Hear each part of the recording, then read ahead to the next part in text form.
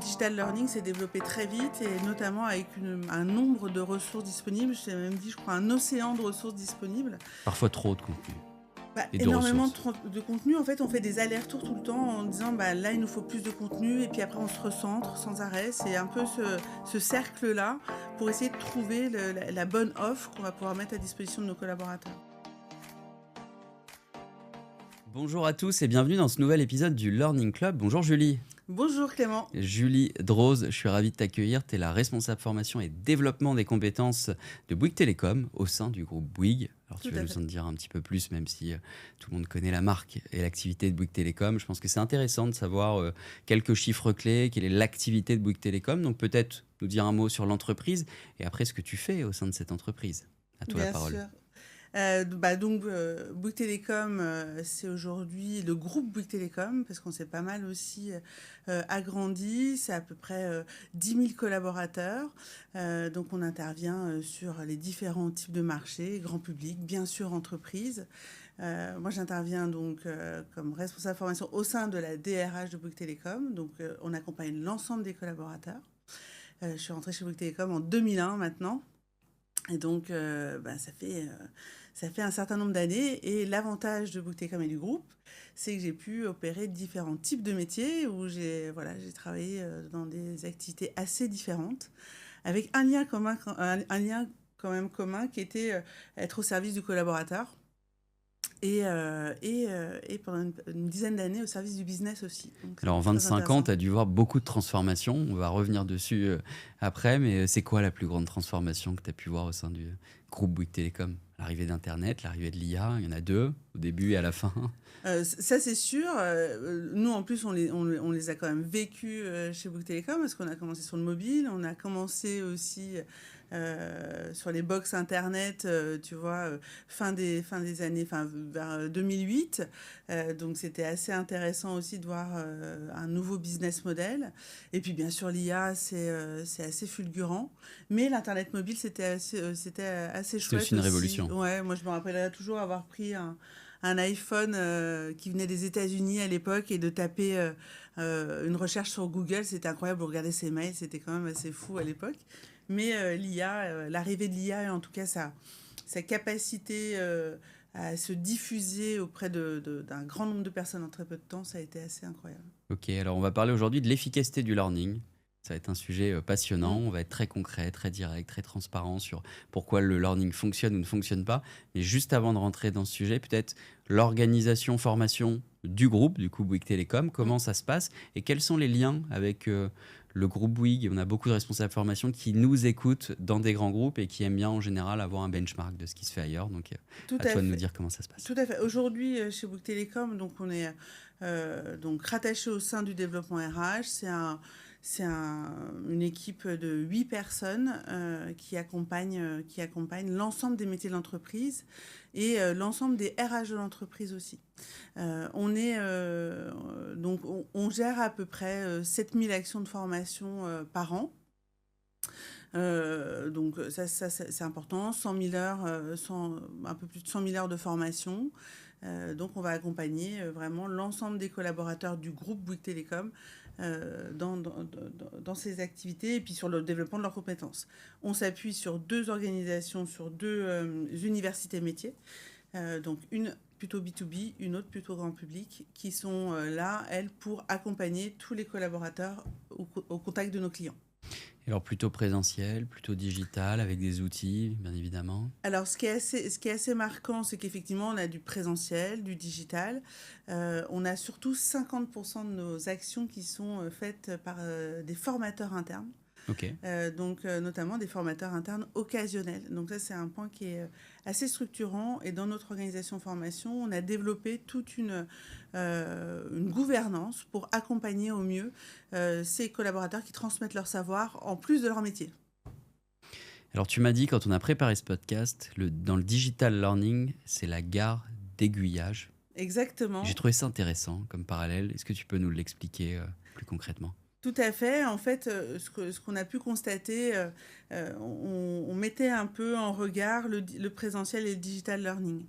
le digital learning s'est développé très vite et notamment avec un nombre de ressources disponibles. J'ai même dit, je crois, un océan de ressources disponibles. Parfois trop de contenu et de Énormément ressources. de contenu. En fait, on fait des allers-retours tout le temps en disant là, il nous faut plus de contenu et puis après, on se recentre sans arrêt. C'est un peu ce cercle-là pour essayer de trouver la bonne offre qu'on va pouvoir mettre à disposition de nos collaborateurs.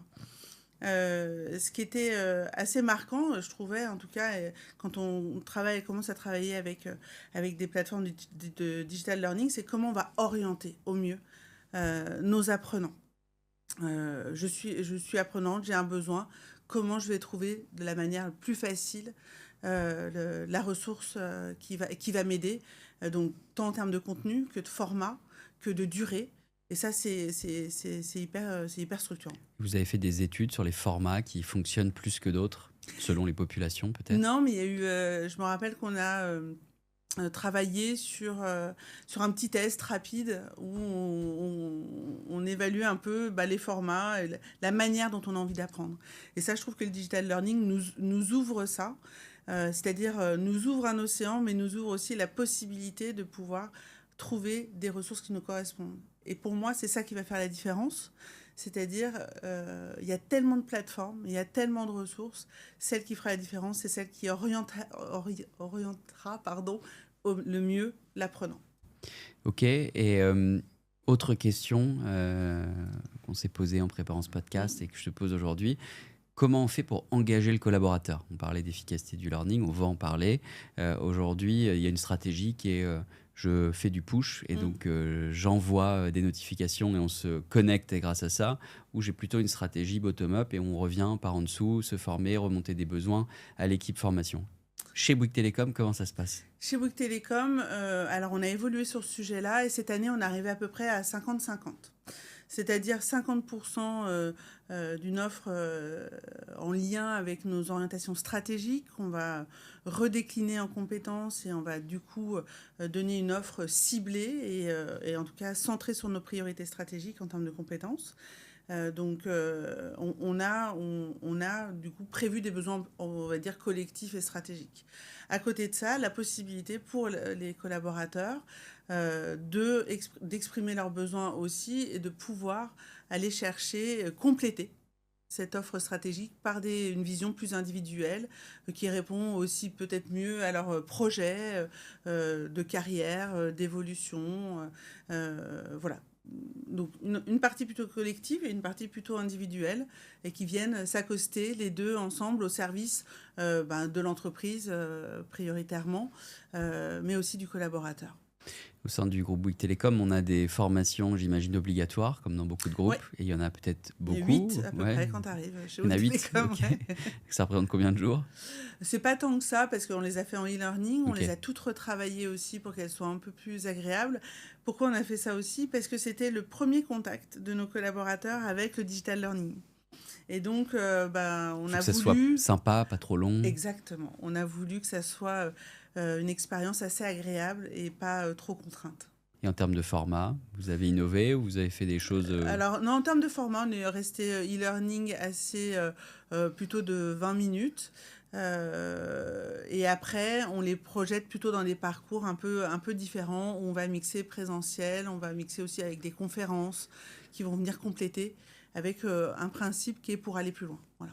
Formation, on va dire plutôt obligatoire, Mm. voire obligatoire. Et pour les sujets de société, si on les appelle comme ça, la transition écologique, l'intelligence artificielle, c'est aussi le rôle de l'entreprise de Ouais. former sur ces thématiques. Comment vous gérez ça? C'est quoi la stratégie de Bouygues Télécom pour accompagner ses collaborateurs? Alors, sur cette partie-là, il y a en gros 3 niveaux d'intervention. Le premier, ça va être tout ce qui est de l'ordre de la sensibilisation. Je prends conscience, je me développe sur ces enjeux, on va dire plutôt sociétaux. Donc, nous, Bouygues Télécom, on met à disposition des collaborateurs et c'est vrai qu'on utilise beaucoup le digital learning sur ces sujets-là pour me positionner, un point qui est très important, je trouve, on en reparlera après, me positionner, savoir où j'en suis et aller chercher différents éléments sur de la sensibilisation climat, sur de la sensibilisation à l'IA, sur comment je prompte, comment je vais prendre en main certains outils. Ça va être assez structurant. Donc, nous, notre rôle, là, c'est aussi du push, hein, c'est de mettre à disposition des parcours, de communiquer dessus. Et puis à l'inverse, il y a moi, collaborateur, on a beaucoup parlé du learning in the flow of work, comment je vais pouvoir aller chercher la bonne ressource au bon moment. Mais avant ça, il y a un sujet qui est entre l'ordinateur et la chaise, c'est la personne, l'apprenant, comment il fait pour comprendre ses besoins. On ne sait pas tout de suite si c'est un besoin de compétence, on peut avoir quelque chose qui est une situation qui est inconfortable, on peut avoir différents signaux qui veut dire qu'on doit se former. Et ça, je trouve que c'est un point qu'on n'explore pas assez et qui pourrait, en tout cas, et je pense que l'IA va beaucoup nous aider là-dessus, de avoir un échange peut-être pour cadrer son besoin, comprendre un peu comment on peut répondre à ce besoin-là et aller plonger dans l'océan et la fameuse guerre d'aiguillage qui va nous guider. Pour revenir sur l'efficacité du learning, vous avez des chiffres, vous avez des actions concrètes que vous mettez en œuvre, que vous suivez. Qu'est-ce qui marche pas dans le monde de la formation, tout simplement? Alors, nous, on n'a pas de, à part les évaluations en fin de Savoir formation, si ça a plu, si ça a le feedback plu, sur la de formation. pouvoir, mais là, on va mesurer plutôt une expérience de formation. Pour tout ce qui est impact du learning, ça va être un peu différent. Et en fait, pourquoi on a du mal à le mesurer, nous, à notre niveau, c'est parce que y a plein d'autres facteurs qui sont à côté. Ça tient pas. Quand je développe, par exemple, quand je me forme sur le commerce ou sur l'IA ou sur comment prompter, ok, je serai peut-être plus efficace dans ce que je fais, mais ça peut être pour plein d'autres raisons. Parce qu'on m'a protégé du temps, parce que l'activité le permettait, parce que quand je suis sur les compétences commerciales, le secteur, les clients, les offres que j'ai entre les mains. Donc tout ça, je trouve, moi, que c'est un écosystème qui fait que on va donner, sur lequel on va être performant. L'impact de la formation sur ces différents éléments, il est assez difficile à évaluer. Toujours le ROI, Oui, on ne sait donc pas vraiment. je sais pas si à un moment donné il faut se dire le ROI, on laisse tomber, on n'y arrivera pas. Moi, ce que je pense, c'est que il y a un engagement du manager qui accompagne son collaborateur ou l'apprenant dans son parcours d'apprentissage aussi, quand c'est au sein de l'entreprise, et de prendre du temps avec lui pour définir le besoin, pour le laisser tranquille pendant le moment où il apprend, et surtout derrière de débriefer de comment il va mettre en place la compétence apprise en formation. C'est ça qui me paraît le plus important et le plus impactant. Tu as un peu parlé d'IA tout à l'heure, mais on va revenir dessus. L'acculturation à l'IA des collaborateurs, c'est toi qui gères, c'est le groupe Bouygues Télécom ou c'est le groupe Bouygues? Non, c'est nous en relation avec la direction innovation.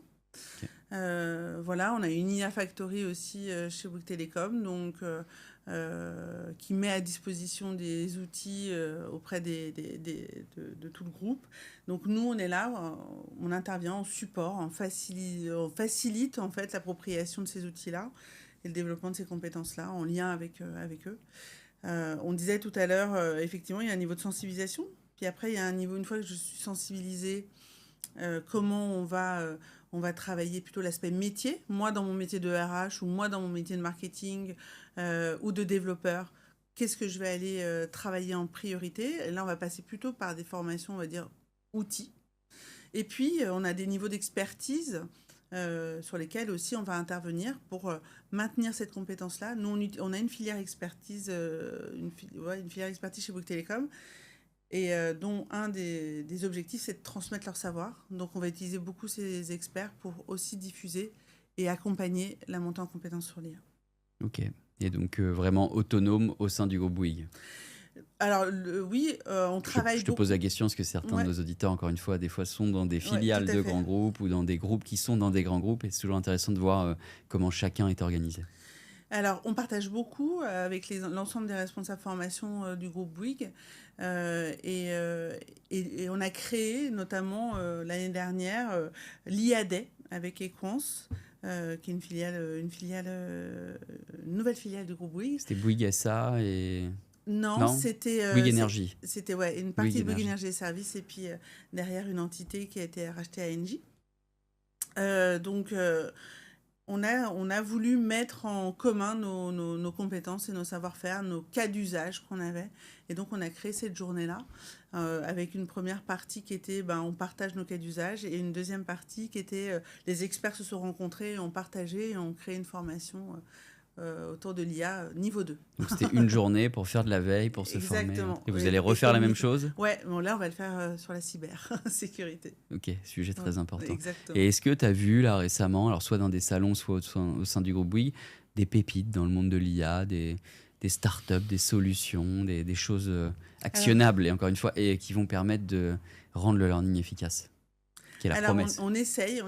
Alors, chez Bouygues Telecom, on a une particularité. Alors, je ne sais pas si c'est une particularité d'ailleurs, mais on est très sollicité par l'environnement learning, c'est normal. Et donc, on a créé ce qu'on appelle des learning pitch, où on propose aux acteurs qui veulent nous présenter des choses. Alors, on essaie que ce soit assez différenciant. On leur met à disposition l'ensemble des acteurs learning pour qu'ils puissent pitcher leurs solutions. Donc, on fait ça à peu près tous les 2-3 mois pour un peu capter ce qui se passe sur le marché. Puis derrière, on fait des pilotes, on teste des choses, voilà. Donc, on a vu pas mal de choses autour de... notamment, on parlait tout à l'heure des académies qui sont face aux clients et qui sont face aussi aux offres, aux produits, aux services qui évoluent très rapidement. Et donc, eux, ils ont besoin de créer des contenus de formation très, très rapidement. Et donc, on a plusieurs promesses de différents acteurs qui nous disent, OK, vous nous donnez un PowerPoint, on va vous créer la formation qui va bien. Bon, voilà, on a testé des choses. C'est plus ou moins palpable pour l'instant. Pour l'instant, on n'a pas encore trouvé ce qui allait remplacer l'ingénieur pédagogique derrière, mais voilà, on a... Ce sera l'ingénieur pédagogique augmenté.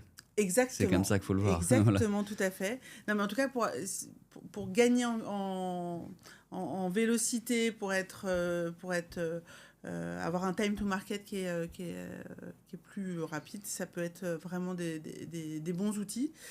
Donc ça, c'est dans la création de contenu, et on a vu des choses aussi pas mal sur tout ce qui est simulation, entraînement.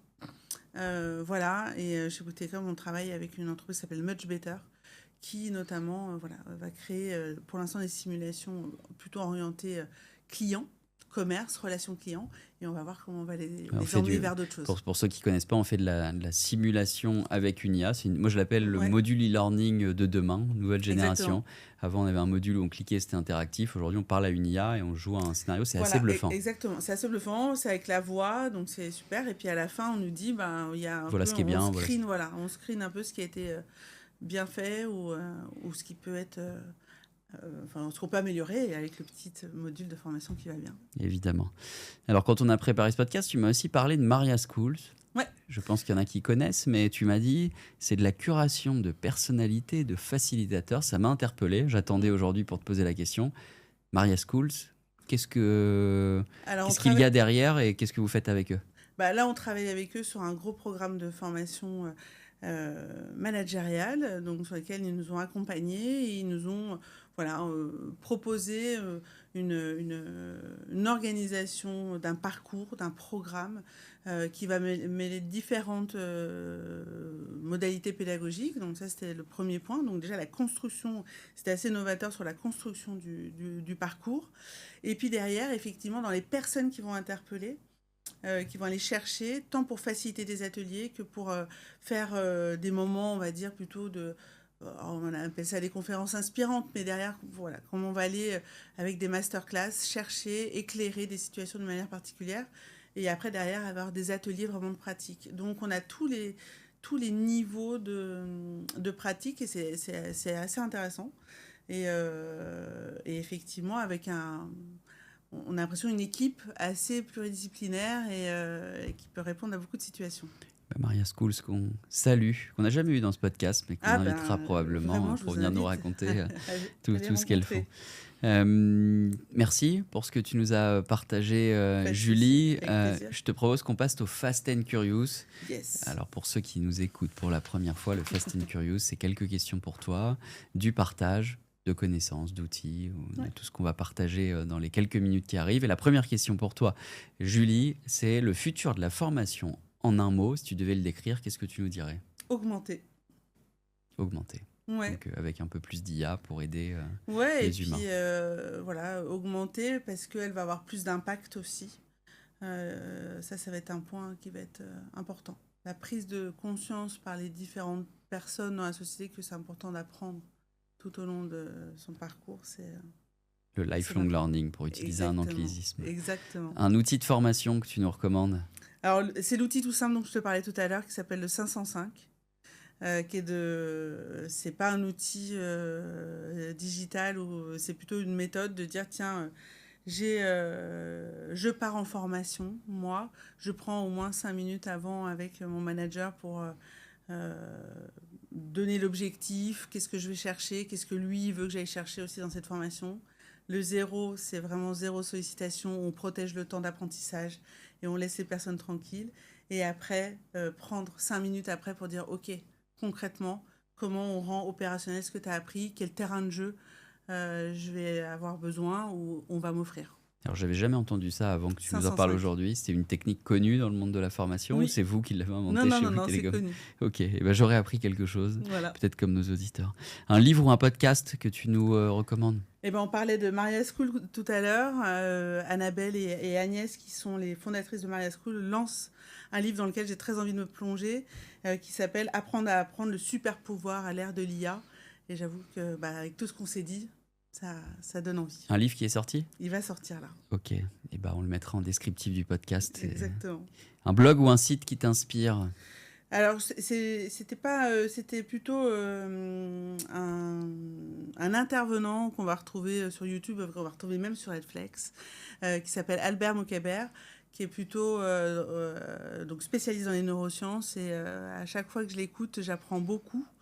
Et c'est très, très intéressant, et notamment quand on rapproche ça à la notion d'apprentissage, de désapprendre ce qu'on sait pour mieux avancer dans notre environnement qui est un peu plus incertain.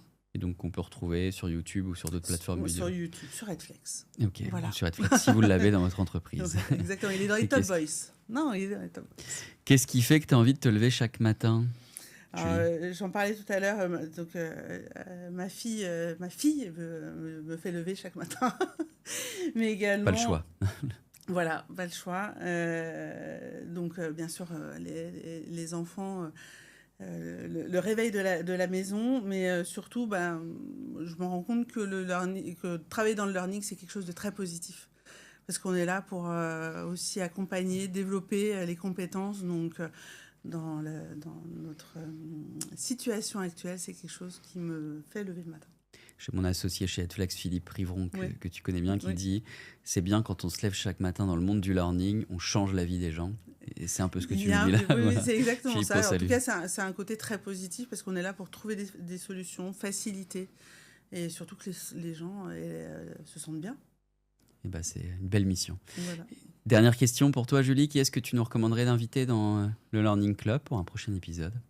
Eh ben, vous l'avez dit tout à l'heure, si vous voulez découvrir Maria School, rencontrer Annabelle Bignon, qui est une des fondatrices, qui est très intéressante en termes d'apprentissage.